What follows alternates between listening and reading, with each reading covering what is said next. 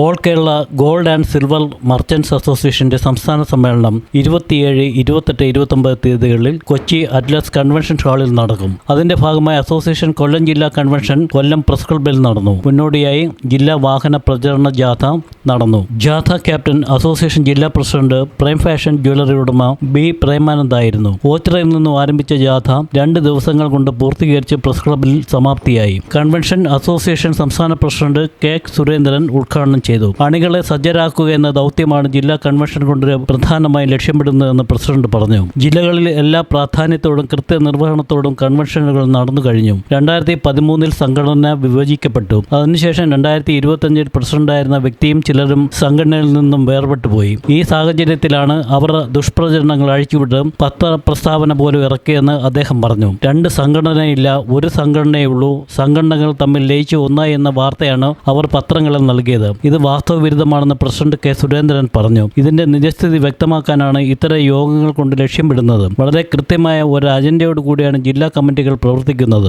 3 ദിവസങ്ങളായി നടക്കുന്ന സംസ്ഥാന സമ്മേളനം സുപ്രധാനമായ നീക്കങ്ങൾക്ക് സാക്ഷ്യം വഹിക്കും. സംസ്ഥാന സമ്മേളനത്തിന്റെ വിശദാംശങ്ങളും സംസ്ഥാന പ്രസിഡന്റ് വ്യക്തമാക്കി. കൃത്യമായ ആസൂത്രണത്തോടു കൂടിയാണ് ഈ തവണത്തെ ഈ എക്സിബിഷൻ നമ്മൾ നടത്തുന്നത്. കാരണം നമ്മൾ നേരത്തെ കഴിഞ്ഞ വർഷം നമുക്ക് ഒരുപാട് പരിമിതികളുണ്ടായിരുന്നു. ആ പരിമിതികളൊക്കെ മറികടന്നുകൊണ്ടാണ് നമ്മൾ ഈ തവണ ഈ എക്സിബിഷൻ നടത്തുന്നത്. ഇത് ആ ഇൻവിറ്റേഷൻ്റെ ഒരു പതിപ്പാണ്. ഇതിൻ്റെ അകത്ത് ഇതുപോലുള്ളൊരു കാർഡും ഇൻവിറ്റേഷനും ഒക്കെ എല്ലാ സംഭവങ്ങളും അടങ്ങിയിട്ടുണ്ട്. നിങ്ങൾ ചെയ്യേണ്ടത് ഇതാണ്. ഈ ഇൻവിറ്റേഷൻ ആർക്കൊക്കെ കൊടുത്തു എന്നുള്ളത് നിങ്ങളുടെ നേതൃത്വത്തിൽ എല്ലാവർക്കും അറിയാം. നിങ്ങളൊരാഴ്ച കഴിഞ്ഞ് ഈ പരിപാടിക്ക് കൃത്യം ഒരു 6-7 ദിവസം മുമ്പ് നിങ്ങൾ ഈ കാർഡ് അയച്ചിരിക്കുന്ന ആളുകളെ ഒന്ന് വിളിക്കുക. ഫോൺ വിളിച്ചിട്ട് പറയുക, നിങ്ങളിതിൻ്റെ ഉദ്ഘാടകരിൽ ഒരാളാണ്, നിങ്ങൾക്ക് ബൈയിങ് കപ്പാസിറ്റി ഉണ്ട് എന്ന നിലയിലാണ് ഞങ്ങൾ ഇതിന് ക്ഷണിച്ചിരിക്കുന്നത്. നിങ്ങൾ നിങ്ങളെ സ്റ്റാഫിനെയും കൂട്ടി ഈ പരിപാടിക്ക് വന്ന് ആ പരിപാടിയുടെ എല്ലാ ഭാഗമാക്കാവാൻ, എല്ലാ രംഗങ്ങളിലും ഭാഗമാക്കാവാൻ നിങ്ങൾ സഹകരിക്കണം, നിങ്ങൾ വരണം, ആ ഉദ്ഘാടനത്തിൽ പങ്കാളിയാവണം എന്ന് നിങ്ങൾ പറയുകയോടുകൂടി എന്തായാലും നിങ്ങളൊരു 50 ആളെ വിളിച്ചു കഴിഞ്ഞാൽ ഏറ്റവും ചുരുങ്ങിയ ഒരു 30 ആൾ തന്നെങ്കിലും അതിൽ പങ്കാളിയാവുന്നുള്ളൊരു വിശ്വാസമാണ് എൻ്റെ കയ്യിലുള്ളത്. അങ്ങനെ നമ്മൾ പരിപാടി ചെയ്ത് കഴിഞ്ഞാൽ തന്നെ 300-ലധികം ആളുകൾ നമുക്കവിടെ എത്തിച്ചേരും. അതാണ് ഉദ്ഘാടനം. വളരെ വ്യത്യസ്തമായ രീതിയിലാണ് നമ്മൾ ഇത് കാണുന്നത്.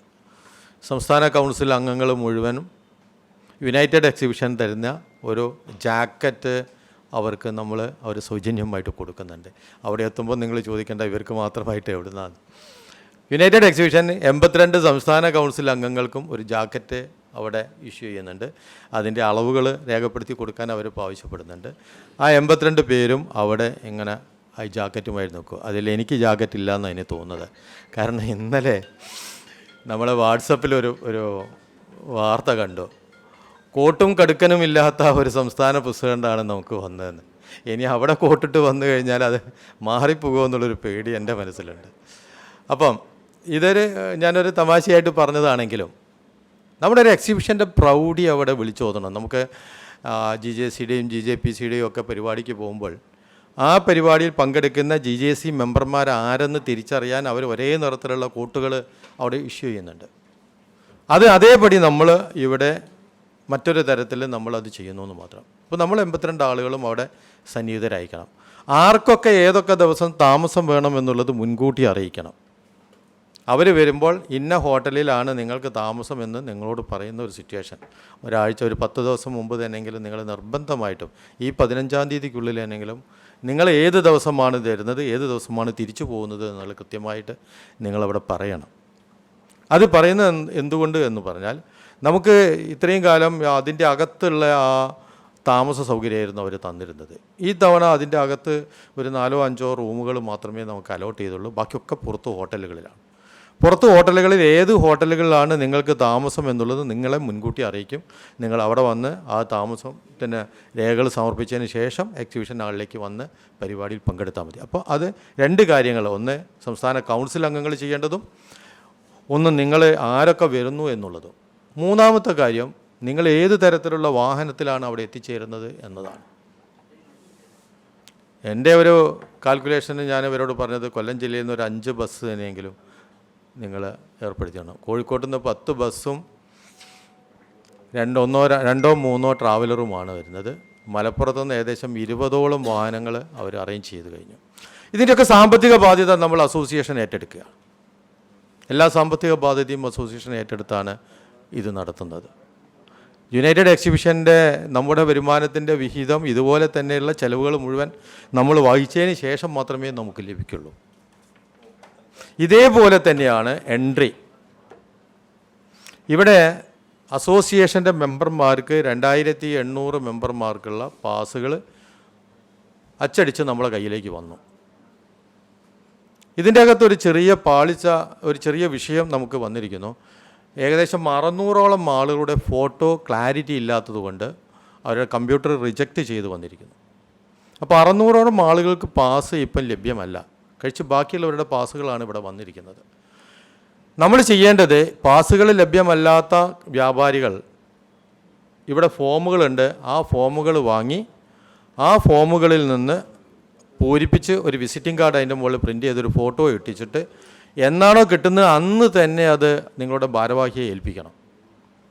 എന്നാൽ നിങ്ങൾക്ക് പാസ് ലഭ്യമാകും. അങ്ങനെ പാസ് ലഭ്യമായാൽ അതിനുള്ള കാശ് സംസ്ഥാന കമ്മിറ്റി അവർക്ക് കൊടുക്കും. അല്ലാതെ നിങ്ങൾ അവിടെ വന്ന് പാസ് എടുക്കാമെന്ന് തീരുമാനിച്ചാൽ അവിടുത്തെ നിലപാടുകൾക്കനുസരിച്ച് അവർ പറയുന്ന ഒരു ടേംസിനനുസരിച്ചുള്ള പേയ്മെൻറ്റ് അവിടെ കൊടുക്കേണ്ടതായിട്ട് വരും. അതിന് യാതൊരു എക്സ്ക്യൂസും അതിൻ്റെ അകത്ത് ഉണ്ടാവില്ല. കാരണം നമ്മൾ ഒരു 10 ദിവസം തന്നെയെങ്കിലും മുമ്പ് ഇത് ക്ലോസ് ചെയ്തായിരിക്കും നമ്മൾ മുന്നോട്ട് പോകുന്നത്. ഞാനിത് പറയുന്നത്, ഇതൊക്കെ ഇത്രയും കൃത്യമായിട്ട് നിങ്ങളോട് പറയുന്നത് ഒരു കുറ്റമറ്റ രീതിയിലാണ് ഈ തവണ നമ്മൾ എക്സിബിഷൻ നടത്തുന്നത്. കഴിഞ്ഞ തവണ നമുക്ക് ഈ പാസ് വിതരണത്തിൽ ഒരുപാട് പാളിച്ചകളുണ്ടായിരുന്നു. അതിൻ്റെ അകത്ത് ഇരുന്ന ആളുകൾക്ക് അറിയാം, അത് പാസ് വരുന്ന ആളുകളെ കയറ്റിവിടാനും വീണ്ടും പാസ് എടുക്കാനും ഒക്കെ ഉണ്ടായ ഒരു വിഷമം. അർദ്ധരാത്രി 12 മണി, 1 മണി, 2 മണി വരെയൊക്കെ ഇരുന്ന് പാസുകൾ തരംതിരിച്ചതൊക്കെ ഉണ്ടായിരുന്നു. ഈ തവണ അങ്ങനത്തെ യാതൊരു പണിയും നമുക്കുണ്ടാവില്ല, ഒറ്റ പേർക്കും ഉണ്ടാവില്ല. നിങ്ങൾ പൂരിപ്പിച്ച് തരുന്ന ഫോമിൻ്റെ മുകളിലെ പാസുകളും നിങ്ങൾക്ക് മുൻകൂറായിട്ട് നിങ്ങളെ കയ്യിലേക്ക് എത്തിച്ചേരും. ഇങ്ങനെയുള്ള കുറ്റം പറ്റ രീതിയിലാണ് ഈ ഒരു പരിപാടി നടത്തുന്നത്. 29-ാം തീയതിയാണ് സമ്മേളനം, രാവിലെ 10 മണിക്ക്. ബഹുമാനപ്പെട്ട കേരള ധനകാര്യ വകുപ്പ് മന്ത്രിയാണ് ഉദ്ഘാടനം ചെയ്യാമെന്ന് പറയുന്നത്. അദ്ദേഹത്തിന് ഒരുപാട് പരിപാടികളുണ്ട്. ഏത് സമയത്ത് എപ്പോൾ എത്തിച്ചേരും എന്നുള്ളത് നമ്മളെ ഇപ്പോഴും അറിയിച്ചിട്ടില്ല. ഈ ഒരു സാഹചര്യത്തിലാണ് നമുക്ക് നിൽക്കുന്നത്. അതേസമയത്ത് ദേശീയവും അന്തർദേശീയവുമായ സംഘടനാ നേതാക്കൾ മുഴുവൻ ഈ ഒരു പരിപാടിയിൽ അവിടെ പങ്കെടുക്കുന്നുണ്ട്. അവർ ഉദ്ഘാടനത്തിനും വരും, എക്സിബിഷൻ്റെ ഉദ്ഘാടനത്തിന് വരും, അതോടൊപ്പം സമ്മേളനത്തിൻ്റെ പരിപാടിയിലും അവർ വേദിയിൽ അവരുണ്ടാവും. ഈ തവണത്തെ നമ്മുടെ എക്സിബിഷൻ്റെ ഏറ്റവും വലിയ ഹൈലൈറ്റ് എന്ന് പറയുന്നത്, കഴിഞ്ഞ തവണ 5 കേരള എക്സിബിഷൻ സ്റ്റാളുകൾ മാത്രമുണ്ടായിരുന്നിടത്ത് ഇന്ന് 31 കേരള എക്സിബിഷൻ സ്റ്റാളുകൾ നമ്മൾ ഇതുവരെ ബുക്ക് ചെയ്ത് കഴിഞ്ഞു. ഇനി വളരെ കുറഞ്ഞ സ്റ്റാളുകൾ മാത്രമേ നമുക്ക് അലോട്ട് ചെയ്യാനുള്ളൂ. അത് തന്നെ പുറകുവശമായതുകൊണ്ട് തന്നെ ഞാനൊക്കെ ഇന്നലെ പറഞ്ഞിരിക്കുന്ന ആളുകളൊക്കെ പുറകുവശത്താണെങ്കിൽ വേണ്ട എന്ന് പറഞ്ഞ് മാറ്റി നിർത്തപ്പെടുന്ന ഒരു സാഹചര്യമാണുള്ളത്. അവസാന നിമിഷം അവർക്കും അത് എടുക്കേണ്ടി വരും എന്നുള്ളതാണ്. ഇതിൽ തന്നെ ചില ആളുകൾ ഞാനൊന്ന് ആലോചിച്ച് പറയാമെന്ന് പറഞ്ഞവൻ രണ്ടാമത് ആലോചിച്ച് പറയുമ്പോഴേക്കും അവർ പറഞ്ഞിരിക്കുന്ന പ്രൈം ലൊക്കേഷനൊക്കെ മറ്റുള്ളവർക്ക് അലോട്ട് ചെയ്ത് കഴിഞ്ഞു. അങ്ങനെയാണ് ഈ എക്സിബിഷൻ ഈ തവണ ഏകദേശം 200-ലധികം സ്റ്റാളുകൾ നമുക്കവിടെ ഒരുക്കാൻ കഴിയും. ഏകദേശം 75ഓളം കമ്പനികൾ, 77ഓളം കമ്പനികൾ രജിസ്റ്റർ ചെയ്ത് കഴിഞ്ഞു. ഇനി 6-ാം തീയതി ക്ലോസ് ചെയ്താണ്. അതിന് ശേഷം വന്നിരിക്കുന്ന റിപ്പോർട്ടുകൾ പ്രകാരം 100-ലധികം കമ്പനികൾ, 200-ലധികം സ്റ്റാളുകളും അവിടെ അണിനിരക്കും. നമുക്ക് ചെറിയ സാധാരണ കച്ചവടക്കാർക്ക് പർച്ചേസ് ചെയ്യാനുള്ള എല്ലാ സൗകര്യങ്ങളും നമുക്കുണ്ടാവും. കഴിഞ്ഞ ദിവസം എൻ്റെ ഒരു സുഹൃത്ത് പറഞ്ഞതുപോലെ, നിങ്ങൾ സാധാരണ കച്ചവടക്കാർ ഒരു ദിവസം ഒരു 10 ഗ്രാം വിൽക്കുന്നുണ്ടെങ്കിൽ 10 ഗ്രാം ഓൾഡ് ഗോൾഡ് മാറ്റി വെച്ചാൽ ഇവിടുന്ന് അങ്ങോട്ട് 15 ദിവസം ഉണ്ടെങ്കിൽ ഏറ്റവും ചുരുങ്ങിയ ഒരു 150 ഗ്രാം സ്വർണം തന്നെയെങ്കിലും നിങ്ങളുടെ കയ്യിലുണ്ടാവും. അത് ആ ദിവസം ബില്ല് എഴുതി സെയിൽ ചെയ്തിട്ട് നമ്മൾ അവിടെ ചെന്ന് കഴിഞ്ഞാൽ ഒരു 150 ഗ്രാം ഒരാൾ പർച്ചേസ് നടക്കുകയാണെങ്കിൽ, 1000 ആൾ പർച്ചേസ് നടത്തുകയാണെങ്കിൽ എത്രമാത്രം സെയിൽ നടക്കുമെന്നുള്ളതൊന്ന് കണക്കൂട്ടി നോക്കിയാൽ. നമ്മളിങ്ങനെ വർക്കൗട്ട് ചെയ്താണ് ഈ പരിപാടിക്ക് പോകുന്നത്. ഒരു എക്സിബിഷൻ എന്ന് പറയുന്നത് ഒരിക്കലും ഒരു എക്സ്കർഷനാക്കി മാറ്റാതെ അതൊരു എക്സിബിഷനാണ്, എൻ്റെ വ്യാപാരത്തിൻ്റെ പുരോഗതിക്കാണ് ഇത് ചെയ്യുന്നത് എന്നുള്ള ഉത്തമ വിശ്വാസത്തോടു കൂടി നമ്മൾ ആ എക്സിബിഷനിൽ പങ്കെടുക്കുകയും അവിടുന്ന് ബൈ ചെയ്യുകയും ചെയ്യുകയാണെങ്കിൽ നമ്മുടെ സ്ഥാപനങ്ങൾക്ക് ഗുണകരമായ രീതിയിൽ ഇത് മുന്നോട്ട് കൊണ്ടുപോകാൻ പറ്റും. അത് ബയർ സെല്ലർ മീറ്റിൽ കൂടി നമ്മളത് തെളിയിച്ചു കഴിഞ്ഞു.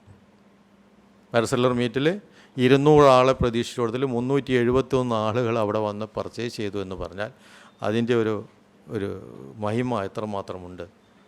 അതുതന്നെയായിരിക്കണം നമുക്ക് ഈ എക്സിബിഷനിലും കാണിച്ചു കൊടുക്കേണ്ടത്. ഇനി ഇവിടെ പലരും പുതിയ എക്സിബിഷനുകളായിട്ട് വരുന്നുണ്ട്. ഒരു കാരണവശാലും ഞാൻ 100% നിങ്ങളോട് കൃത്യമായിട്ട് പറഞ്ഞു വരാം. ശ്രീമാൻ നാസറും ഒക്കെ കണക്ക് കൂട്ടി ഒരു എക്സിബിഷൻ നടത്തുന്ന ഈ ഒരു ശൈലിയിൽ 4 അയൽപക്കത്ത് ഒരു എക്സിബിഷൻ നടത്താനുള്ള കഴിവ് അവർക്കില്ല. അത് തെളിയിക്കേണ്ടിയിരിക്കുന്നു. അതിനവർക്ക് കഴിയില്ല എന്ന് ഞാൻ ഉറപ്പിച്ച് പറയുകയാണ് നിങ്ങളോട്. 3 എക്സിബിഷനുകൾ അവർ നടത്തി കഴിഞ്ഞു. 3ലും നമ്മളെ നാടൻ ഭാഷയും പറഞ്ഞാൽ തൊപ്പിയിട്ട് നടക്കുക. ആ എക്സിബിഷൻ നടത്തിയ ആളുകൾക്ക് ലക്ഷക്കണക്കിന് രൂപ ഇവർ കൊടുക്കാനുണ്ട്. അത് വെച്ചുകൊണ്ട് നമ്മളെ എക്സിബിറ്ററെ വിളിച്ചു വരുത്തിയിട്ട് അടുത്ത നവംബറിൽ ഒരു എക്സിബിഷൻ നടത്തി തരണം എന്ന് അവരോട് യാചിച്ച് നടക്കുന്ന ഒരു കാഴ്ചയാണ് നമുക്കിപ്പോൾ കാണാൻ കഴിയുന്നത്.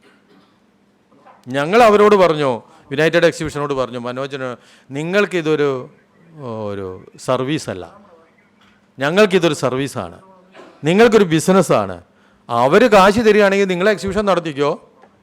അവരോട് പറയണം ഇത്ര ലക്ഷം രൂപ അഡ്വാൻസ് ആയിട്ട് ഞങ്ങൾക്ക് വേണം, അത്ര ലക്ഷം രൂപയിൽ നിന്ന് അധികം വരുമാനം ഉണ്ടായിക്കഴിഞ്ഞാൽ നമുക്ക് വായിച്ചെടുക്കാം.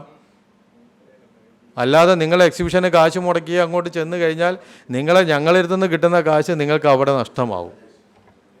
അതറിയാത്തവരല്ല യുണൈറ്റഡ് എക്സിബിഷൻ എന്ന് നിങ്ങൾക്കും എനിക്കും അറിയാം. അപ്പം നമ്മൾ ഇത്രയും കാലം ഒരു എക്സിബിഷനും മുടക്കാനോ ഒരു എക്സിബിഷനിലും ആളുകളോട് പങ്കെടുക്കരുതോ എന്നോ നമ്മൾ ആരോടും പറഞ്ഞിട്ടില്ല. പക്ഷെ അവർ ചെയ്തുകൊണ്ടിരിക്കുന്നത് ഇതാണ്. ഏതൊക്കെ പ്രവൃത്തികൾ നമ്മൾ നടത്തുന്നുണ്ടോ ആ പ്രവൃത്തികൾക്ക് മുഴുവൻ തുരങ്കം വെക്കുന്ന തരത്തിലാണ് അവർ ഇപ്പോൾ ഈ പരിപാടികളൊക്കെ നടത്തുന്നത്. അവർക്ക് എപ്പോഴും ഒരു പണി മാത്രമുള്ളൂ, തുരന്നു പോവുക, തുരപ്പൻ്റെ പണികൾ. അത് കോടതികളിൽ കൂടി ഉണ്ടാവാം, പോലീസ് സ്റ്റേഷനിൽ കൂടി ഉണ്ടാവാം, അല്ലാതെ വ്യക്തിപരമായിട്ടുണ്ടാവാം, എക്സിബിഷൻ കമ്മിറ്റികളിൽ കൂടി ഉണ്ടാവാം. എല്ലാ തരത്തിലും നമ്മുടെ എന്തൊക്കെ പാര വെക്കാനുണ്ടോ അതൊക്കെ വെച്ചുകൊണ്ടാണ് അവർ മുന്നോട്ട്. കഴിഞ്ഞ ബയർ സെല്ലർ മീറ്റിൻ്റെ അവസാന ദിവസം നമ്മളെല്ലാവരും പൊടിയും തട്ടി നമ്മളെ വീട്ടിലേക്ക് പോയ സമയത്ത് പിന്നാലെ വന്നിരിക്കുന്ന ഒരു സ്റ്റേ ഉത്തരവ്. നമ്മളെ പരിപാടി കഴിഞ്ഞ് നമ്മൾ വീട്ടിലെത്തുമ്പോഴാണ് ഈ സ്റ്റേ ഉത്തരവ് വരുന്നത്. അതുതന്നെയാണ് ഈ ഒരു പരിപാടിക്ക് അവർക്ക് വരാൻ ഉദ്ദേശിക്കുന്നതും. അവരിപ്പോൾ നേരത്തെ അതിന് ചട്ടം കെട്ടി കോടതിയിൽ ഇപ്പോഴേ കേസുകൾ ഫയൽ ചെയ്ത് കഴിഞ്ഞു. നമ്മളൊരു പാഷനാണ്, നമ്മളൊരു ഒരു സംഘടനയ്ക്ക് വേണ്ടി പ്രവർത്തിക്കുകയാണ്. പ്രതിഫലം ഇച്ഛിച്ചല്ല നമ്മൾ ഇത്രയും കാലം. അങ്ങനെയാണെങ്കിൽ നമുക്ക് എന്നോ പലതും ആവാമായിരുന്നു. ഒരു പ്രതിഫലം ഇച്ഛിക്കാതെ നമ്മൾ ഈ ഒരു പ്രവർത്തനം നടത്തിക്കൊണ്ട് നടക്കുകയാണ്. അതിൻ്റെ പുറത്താണ് നമ്മൾ ഈ പണികളൊക്കെ ചെയ്യുന്നത്. അതിന് പുറമെ നമ്മൾ എടുത്തിരിക്കുന്ന ഒരു മുൻകരുതലും കൂടി നിങ്ങളോട് പറഞ്ഞുകൊണ്ട് ഞാൻ എൻ്റെ വാക്കുകൾ അവസാനിപ്പിക്കാം. കേസുകൾ വരാനുള്ള സാധ്യതകൾ കൂടുതലാണ്. ഇതുവരെ നമ്മൾ ഒരു കക്ഷിയാണ്, നമ്മൾ AKGSM എന്ന് പറഞ്ഞു. മറ്റൊരു AKGSM എന്ന് പറഞ്ഞൊരു പ്രവർത്തനം നടക്കുന്നുണ്ട്. അവർക്ക് അനുകൂലമായ ചില കോടതി വിധികളൊക്കെ വന്നിട്ടുണ്ട്. അതിന് നമ്മൾ കൊടുത്തിരിക്കുന്ന അപ്പീലുകൾ തള്ളപ്പെട്ടുകയാണ്. അപ്പോൾ നമ്മൾ 1ഉം 2ഉം കക്ഷികളായിട്ട് അവിടെ മാറി. നമ്മളൊരു എക്സിബിഷൻ നടത്തുമ്പോൾ അതിനൊരു 3ാമതൊരു കക്ഷി വന്ന് ചേരുകയാണ്, യുണൈറ്റഡ് എക്സിബിഷൻ എന്ന് പറയുന്നത്. യുണൈറ്റഡ് എക്സിബിഷൻ വിളിച്ചു വരുന്ന എക്സിബിറ്റേഴ്സ് അതിൻ്റെ അകത്തുള്ള 4ാമത് കക്ഷിയാണ്.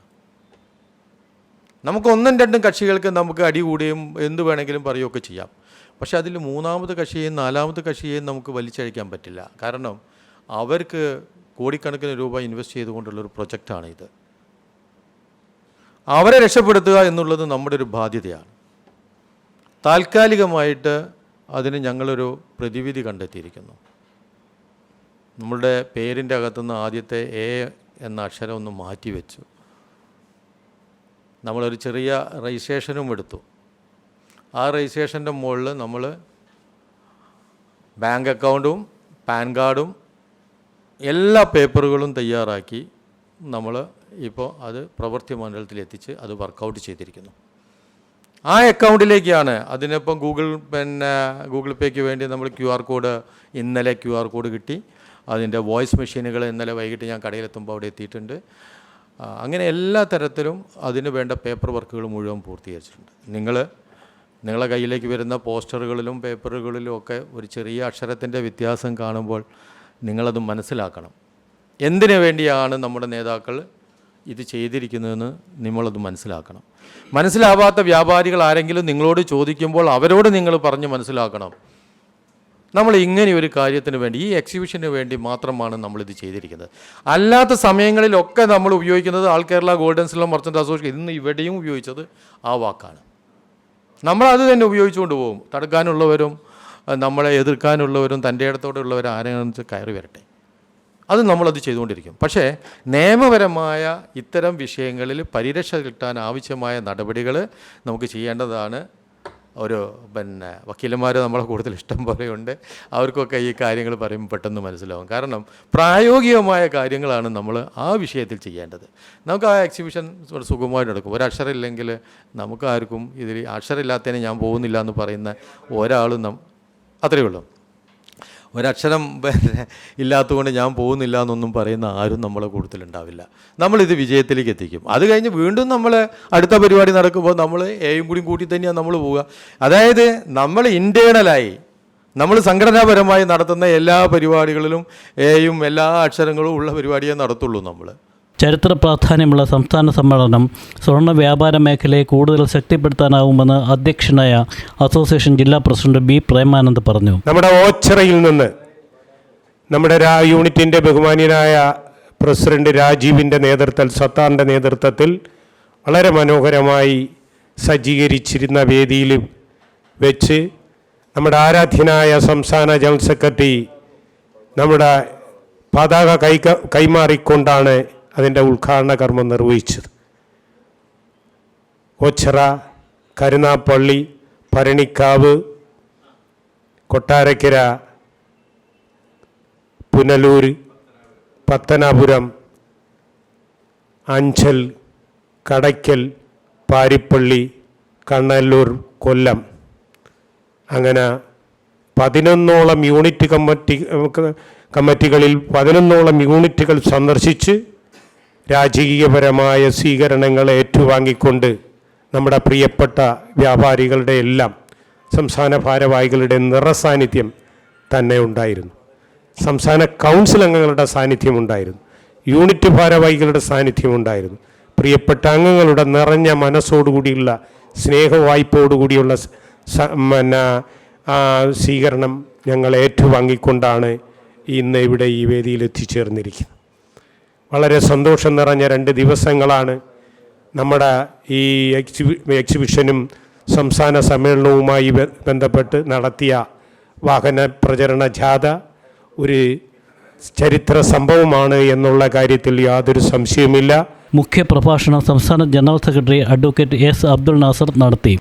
നമ്മുടെ സംഘടനയിലെ ചില കടൽക്കിഴവന്മാർ ഈ സംഘടനയിൽ നിന്നും പോയതിന് ശേഷം ഈ സംഘടന വളരെ ശുദ്ധീകരിക്കപ്പെട്ടിരിക്കുകയാണ്. അത് നമുക്ക് അതിൻ്റെ ശക്തി കാണിച്ചു കൊടുക്കുന്നതിന് വേണ്ടിയുള്ള ഒരു വലിയ ആർജവം നമ്മുടെ ഈ ജില്ലയിൽ ഉണ്ടാകണമെന്നാണ് എനിക്ക് സൂചിപ്പിക്കാനുള്ളത്. ഇത് നമ്മുടെ ഇവിടെ ഈ കൊല്ലം ജില്ലയിലെന്ന് പറഞ്ഞാൽ നേതാക്കന്മാരുടെ ബാഹുല്യമുള്ള ഒരു ജില്ലയാണ് നമ്മുടെ സംഘടനയെ സംബന്ധിച്ചിടത്തോളം. അവരെല്ലാം സ്വന്തമായി ഓരോരുത്തർ ആ റിസ്ക് ഏറ്റെടുത്തുകൊണ്ട് അവരവരുടെ യൂണിറ്റ് കമ്മിറ്റികളിൽ നിന്നും നിരന്തരമായി അധ്വാനിച്ച് ഒരാളിന് 2, 3 അതിലധികം പ്രാവശ്യം വിളിച്ച് നമ്മുടെ പ്രോഗ്രാമുകൾ ഫിക്സ് ചെയ്തിട്ട് എപ്പോഴാണോ വരുന്നത് ആ വരുന്നതിന് ടൈം ഫിക്സ് ചെയ്യണം. ആ ആളിൻ്റെ പേരുകൾ, ഒരു കടയിൽ നിന്ന് എത്ര പേര് വരുന്നു എന്നുള്ളതിനെക്കുറിച്ചൊരു രജിസ്ട്രേഷൻ ഉണ്ടാകണം. ആ രീതിയിൽ ആളിനെ വിളിച്ച് കൊണ്ടുവരാനുള്ള ഒരു സംവിധാനമുണ്ട്. സംസ്ഥാന വൈസ് പ്രസിഡന്റ് നവാസ് പുത്തൻവീട്, ജില്ലാ ട്രഷറർ സാദിഖ് തുടങ്ങിയവർ ആശംസാ പ്രസംഗങ്ങൾ നടത്തി. ചടങ്ങിൽ ജാഥ ക്യാപ്റ്റൻ ജില്ലാ പ്രസിഡന്റ് ബി പ്രേമാനന്ദിനെ ആദരിച്ചു.